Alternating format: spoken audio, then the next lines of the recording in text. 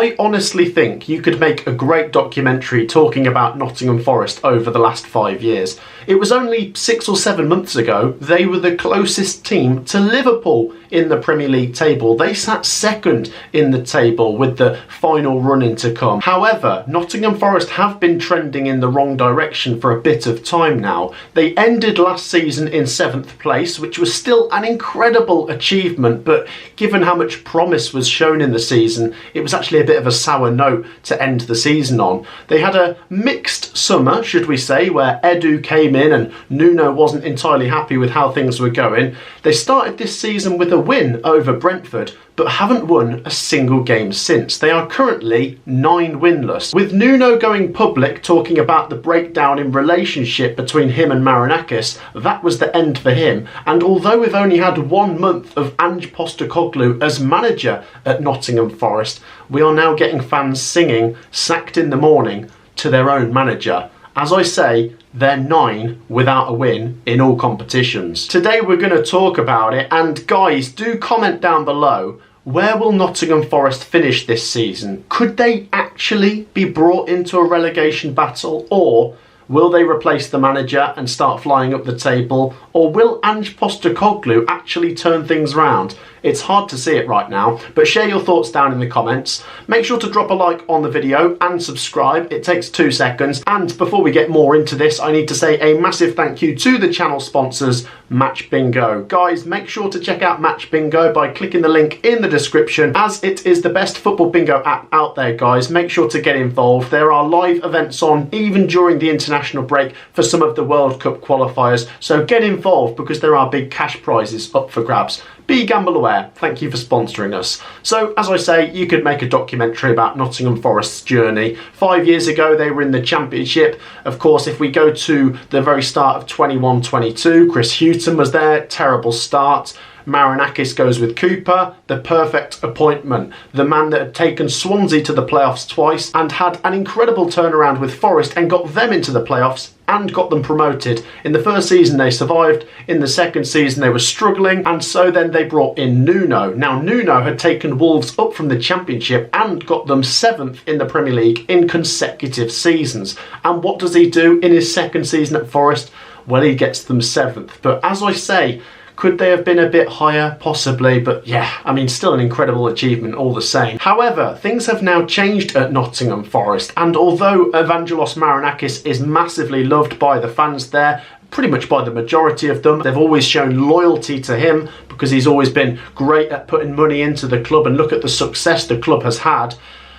In the summer they brought in Edu and things broke down with Nuno there, and as I've said before, was it right for him to go public with the breakdown in communication that he'd had with Marinakis? Well, no, but did he know what he was doing? Did he want to get out of there? Maybe. Share your thoughts on that. All of this has resulted in Ange coming in, and this is maybe where we've now started to see quite a lot of Forest fans for the first time saying Marinakis has really got this wrong. Look, very tricky to put your finger on, was last season a success or a failure at Tottenham? To finish 17th was catastrophically bad, but to win them the Europa League, their first trophy in ages, and to get them into the Champions League was incredible. And he said he would win something in his second season, so it made him look like a genius. Part of the thought process behind Marinakis bringing in Ange is that he can win Forest the Europa League, because he brought in Nuno to get them 7th, which he'd done at Wolves before, and he'd brought in Cooper to get Forest into the top 6, which he'd done with Swansea in consecutive seasons.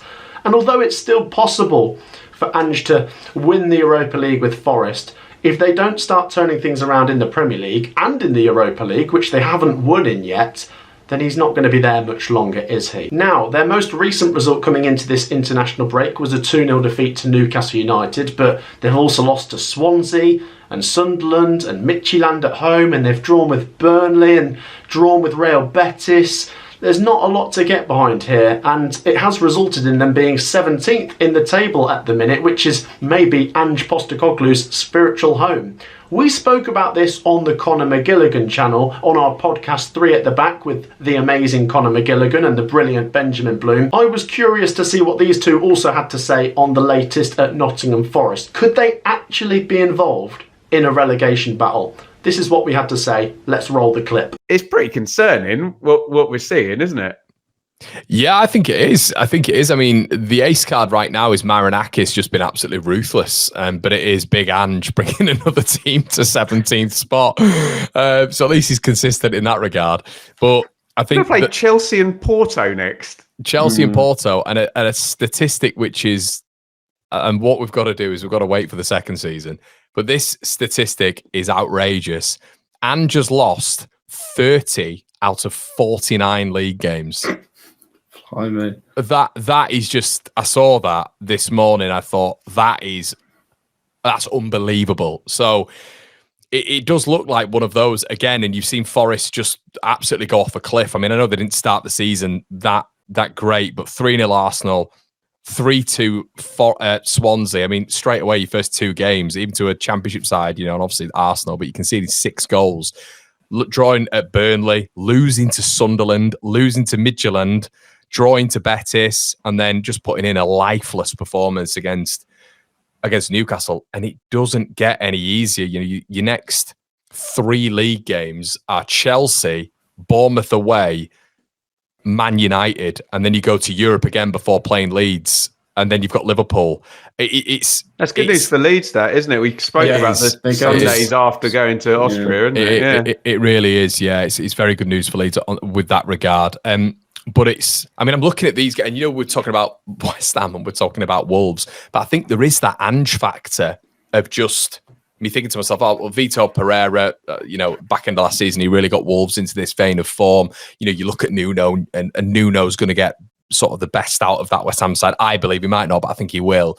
But then you look at Ange, and there's no real proof in the pudding when it comes to league form, and that's what I'm then I'm looking at the fixtures, and I'm thinking, I know they've got individual quality. I understand that, and that can get you out of the mire a little bit. But Ben, it must be concerning for Forest fans. I guess once again the ace card is just Marinakis, just getting rid of him, which we know he will do at the drop of a hat. Really, I think what it goes to prove as well is we sit here saying how impossibly difficult it is for EFL clubs to establish themselves in the Premier League. But it's like that saying, that it takes a great deal of skill and knowledge to build something and not a lot to smash it up in 2 minutes. What it does show us is that, Forest have done incredibly well. And we were talking about them being in the Champions League a few months ago, weren't we? That if you have a sporting director hire followed by a managerial sacking followed by the wrong hire, maybe then if you then pile some bad luck on top of that, maybe with some injuries in game or whatever, all of a sudden, all of that work can be, Ben, it's polar opposite playing styles. The whole thing's changed. It can go out the window pretty quickly, can't it? So, and this is an annoying conversation, isn't it? Because we were so high on Forest for what they've done, and certainly what they did last season. Yeah, crazy, really, really baffling stuff. I think there's 2 things here as well. I don't think Forest should have considered Ange. I'm not sure if Ange should have considered Forest. Even Matt, it's just very peculiar on both sides. And are you kind of looking at it and thinking they could be in a bit of bother here if potentially a decision's not made quickly enough with those fixtures coming up and heading towards that busy Christmas schedule as well? Yeah, I'm really struggling to find positives for the Forest fans. They've got a good squad still. They've got great players there. But the only positive I could find is a new manager bounce. If they get rid of him. It's just difficult to see Ange turning it around at the minute. One thing that's been crucial for Forest over this rise over the few years is the fans being on board. They can make the City Ground a fortress. And last week against Midtjylland, they're all singing sacked in the morning to their own manager. Just looks like there's no plan. They could have lost by more to Newcastle, really. And then the schedule's becoming a real problem as well. Like you say, they go away to Sturm Graz before playing Leeds at home. They went away to Real Betis before the Sunderland at home game. And I think that's probably what played a big factor into Sunderland getting a result there. So if you're a Leeds fan... And then Midtjylland again as well, Matt, and they were just so poor against Newcastle. If it wasn't for Matt Sells, Newcastle have had a hell of a lot more in that game. So it's like, obviously it's killing them, that European schedule as well, isn't it? So yeah, you're right. That's not 9 winless in all comps, including games against Burnley, Swansea, Sunderland as well. West Ham. Not good. Not Swansea. good. Not good, mate. Not good at all. Right. Well, okay. Thank you, everybody. We really appreciate you stopping by for your international break supplement of 3 at the back. So then, guys, do share your thoughts on all that was said about Nottingham Forest. Are we right to be concerned? Is it going to be a simple case of switch the manager and fly up the table? Or will Forest languish for some while because the schedule is not being kind to them? Share your thoughts. Make sure you've dropped a like on the video, subscribe as well, and I'll see you in the next one. Take care, everyone. Peace out.